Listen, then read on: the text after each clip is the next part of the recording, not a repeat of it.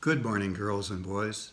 For the past several weeks, I've been telling you Bible stories that took place at about the same time as the birth of Jesus. Today, I'm going to return to Bible stories about David. As you recall, David loved the Lord with all his heart from the time he was a young man and a shepherd boy. Also recall that God sent Samuel to anoint David's head with oil to show that God had chosen David to be the king of Israel someday. And in today's story, I'll tell you what happened next. The king at that time was named Saul. Saul didn't love God as he should, and there were several times that Saul badly disobeyed God, and God was very upset with Saul. So God took away his Holy Spirit from Saul and sent an evil spirit instead that caused Saul to be angry and upset. And some of the king's servants had an idea that would make King Saul feel better. So here's two of his servants. One of the servants said, "King Saul, I suggest that you have a search be made in Israel for someone who can play the harp for you. Then when you feel angry and upset, you'll feel better." And Saul said, "Yes, that's a very good idea. Let a search be made." But the other servant said, "I've seen a son of a man named Jesse in Bethlehem who plays the harp very well. He's an excellent young man in every way, and the Lord is with him." So Saul sent messengers to Jesse in Bethlehem. And boys and girls, do you know who that young man is who plays the harp well? Yes, that's right. That's David. So let's go to our next scene.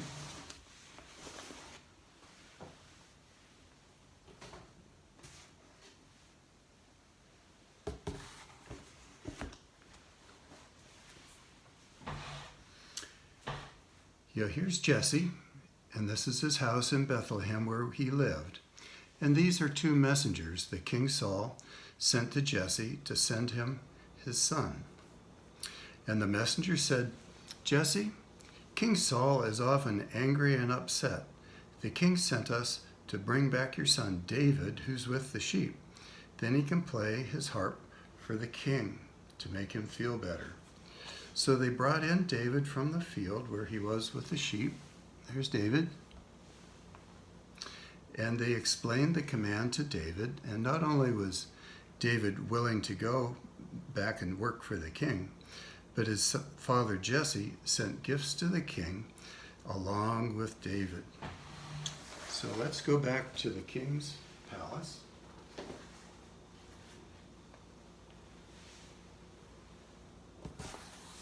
Here we are back in the king's palace. So David went to the palace and he took his harp, and here he is. And he played whenever King Saul felt angry and upset. Now, girls and boys, in our Bibles, many of the Psalms were written by David. And the Psalms are actually the words to music, so perhaps David sang as well as played his harp to King Saul. I'm going to read to you one of the Psalms in the Bible that you may know, and it was written by David. Now remember, David had been a shepherd boy, so he knew all about sheep. I'm going to read to you Psalm 100, written by David. "The Lord is my shepherd, I shall not want. He makes me lie down in green pastures. He leads me beside still waters. He restores my soul. He leads me in paths of righteousness for his name's sake. Even though I walk through the valley of the shadow of death, I will fear no evil, for you are with me. Your rod and your staff, they comfort me. You prepare a table before me in the presence of my enemies, and you anoint my head with oil. My cup overflows. Surely goodness and mercy shall follow me all the days of my life, and I shall dwell in the house of the Lord forever." Girls and boys, think about what's happening in David's life in today's story. God had chosen to be the king in place of Saul someday, but for now this is a secret.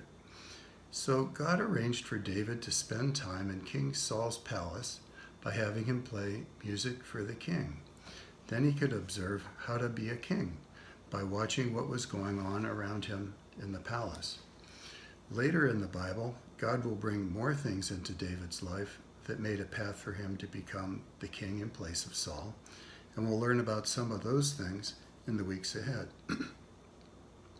So boys and girls, if we have strong faith in the Lord and trust Him and want to obey Him, He'll guide our lives as well. So I made a Bible memory passage for you to learn today, and here it is.